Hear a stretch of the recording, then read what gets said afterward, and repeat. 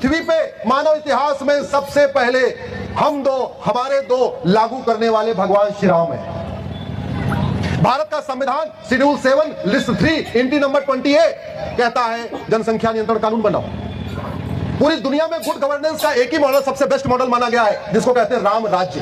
पूरी दुनिया में जापान के प्रधानमंत्री का भाषण आया था, आप क्या करना चाहते हैं? बोले हम जापान में राम राज्य स्थापित करना चाहते हैं। देखिए थाईलैंड के राष्ट्रपति आप क्या करना चाहते हैं? हम थाईलैंड में राम राज्य स्थापित करना चाहते हैं। सिंगापुर के प्रधानमंत्री का 1980-85 के बीच में भाषण है, वो कहते हैं जी हम क्या करना चाहते हैं? हम सिंगापुर में राम राज्य स्थापित करना चाहते हैं। गुड गवर्नेंस का सबसे बेहतरीन मॉडल है राम राज्य। दुर्भाग्यवश राम राज्य के ऊपर कभी चर्चा ही नहीं हुई कि राम राज्य कैसे आएगा। ये ना विधानसभा में चर्चा होती है, ना संसद में चर्चा होती।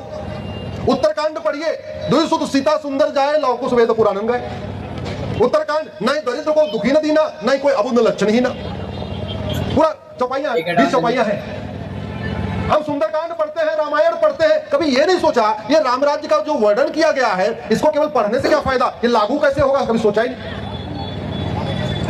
भारत के संविधान का लक्ष्य प्रियम्बल में लिखा हुआ equality, justice, liberty, fraternity, unity, national integration.